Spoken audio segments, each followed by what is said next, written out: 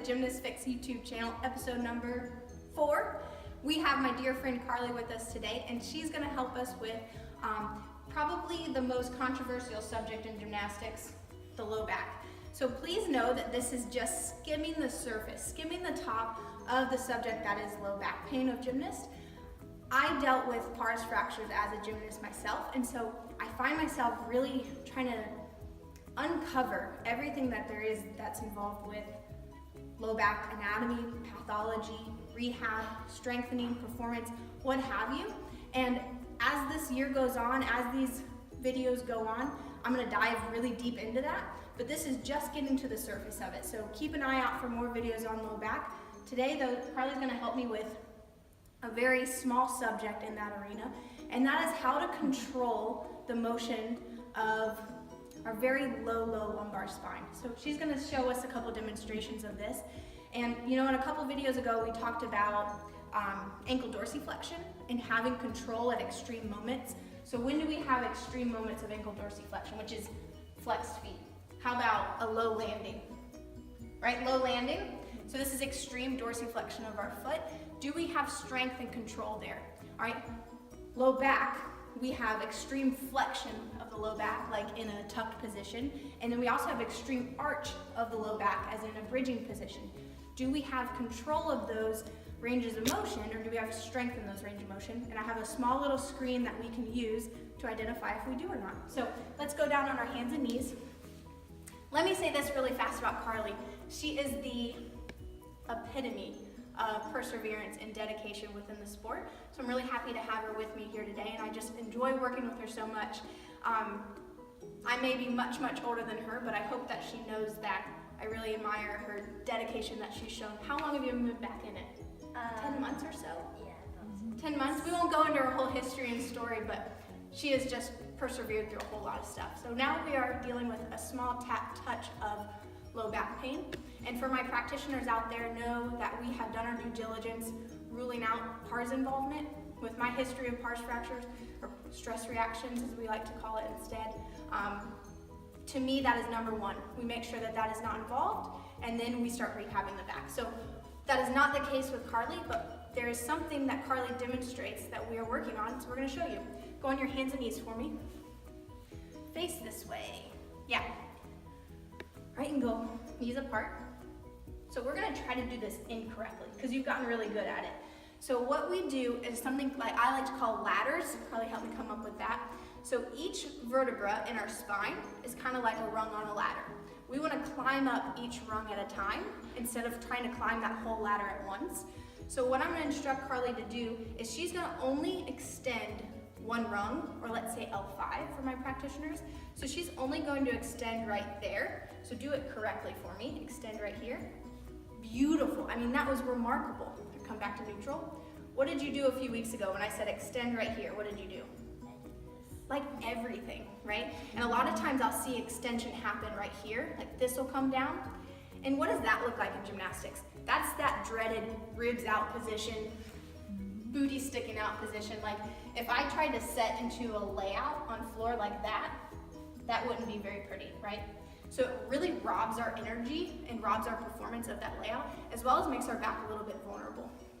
So we're gonna climb up that rung. So we're gonna go back to neutral. She's gonna extend to L5, and L4, and L3, and 2. Beautiful. Now let's go into flexion. She's gonna flex right here. So this one's a tough one for us. There you go. And you'll notice that she's flexing a little bit up here. So that's a miscommunication that her brain has this area. We're still working on it. And flex here. Beautiful. And here. Here. Good. And here. Good. And we're back. We lost you there for a second. Okay, so Carly just demonstrated an immaculate ladder crawl up and ladder crawl down. So this is a great screening tool that you can use with your gymnast. You can put them on all fours here, say go into a tabletop, and just simply give them a little instruction, say, hey, I want you to extend right here. And most of the time what you'll see, extend right here, and then let this drop, is that, right? So you wanna give your gymnast a way to practice this, because it's gonna shore up the communication that they're getting from their brains. So if you're giving a gymnast over and over again certain corrections and it's just not happening, perhaps it's not their effort level, perhaps it's they're not able to comprehend to their joints, to their articulations, that correction. And this is a simple way to see if they can or not. Because if I said, hey, I want you to round right here, round up here, and they do that and nothing moved here, that's not lack of effort, it's lack of neurologic control, right? Okay, so Carly's gotten really good at our ladders here, so she's gonna flip on her back. And now we're gonna test her stamina. Can she maintain that flex position right at her lower lumbars? So go and lay on your back. She's gonna go into a hollow position for me. And she's gotten so good at this. And I keep telling her, it's not a strength issue. She's one of the strongest cookies I've ever met, right? All gymnasts are. It's a control. Can she hold that stamina? Can she hold this position? So what she's trying to do is she's trying to push her vertebrae down to the ground. And you know with your gymnasts, when they start to struggle, what starts to happen? Start to arch here for me. This starts to happen, or if we start to rock, we get really disjointed and disconnected because our ribs keep coming out like this. And you keep saying, put your ribs in, and they just don't know quite how. All right, you can relax for a second. So here are a couple ways to break this down a little bit, okay? So we're gonna bring the knees in, bring them at 90 degrees, and if it's still hard at 90, you can even bring them up further, but let's bring your arms down. She's gonna compress her ribs down, and we've went through proper core positioning and breathing and respiration patterns with Carly already, so she's like a pro at that. We'll do a video on that because it really starts with her breath here, and we haven't talked about that on YouTube yet. So we're gonna press this down. She's gonna breathe low into her belly, and she's gonna feel like as she goes into a hollow body rock, she's peeling one vertebra up off a time. So one ladder rung up, so go ahead and peel one up at a time. There you go, and you're gonna hold that hollow position. Now you're gonna rock. Good, keep that compressed. Very good, and relax. And then you can use some bands or some like TRX straps, which we're gonna use to help assist that pattern too. So come on over here. So sit right under here for me. Hold on to these guys. All right, so now we wanna control the eccentric part of our flexion here. All right, so we're gonna bend up our knees. Good, she's gonna sit nice and tall. And she's gonna only use these to help her, to assist her.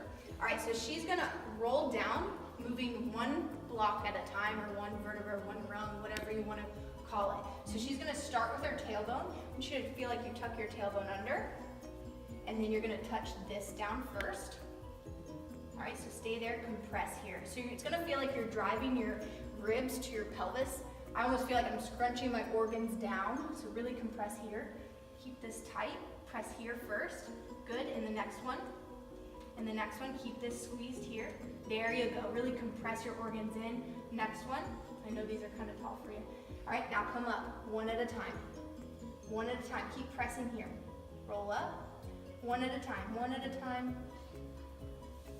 How hard is that? That's pretty hard, and Carly is strong. So there's a couple ways that you can groove this pattern, reducing the long extended, long moment arm of a hollow body rock into a more shortened version, just so the gymnast can understand that position. Here's where I get a little controversial. I don't think it does us much good to push through a broken position, like an extended position during a hollow body rock, just because we need to get to that number rep that you prescribed. So if you're a coach and you prescribed 100 hollow body rocks and you notice at 60 that the position is broken, it's doing them a little bit of a disservice, because when they get to their routine, they're not gonna be able to hold that shape, right? So we need to ingrain and pattern their nervous system to hold the proper shape so that it can transfer over into their gymnastics. So maybe perhaps break it up into a set of 60, and then a set of 20, and then another set of 20, but make sure they're keeping that compression there and they're not building too much extension, because that's just gonna train their brain to say, when I want you to hollow here instead and arch your low back, right?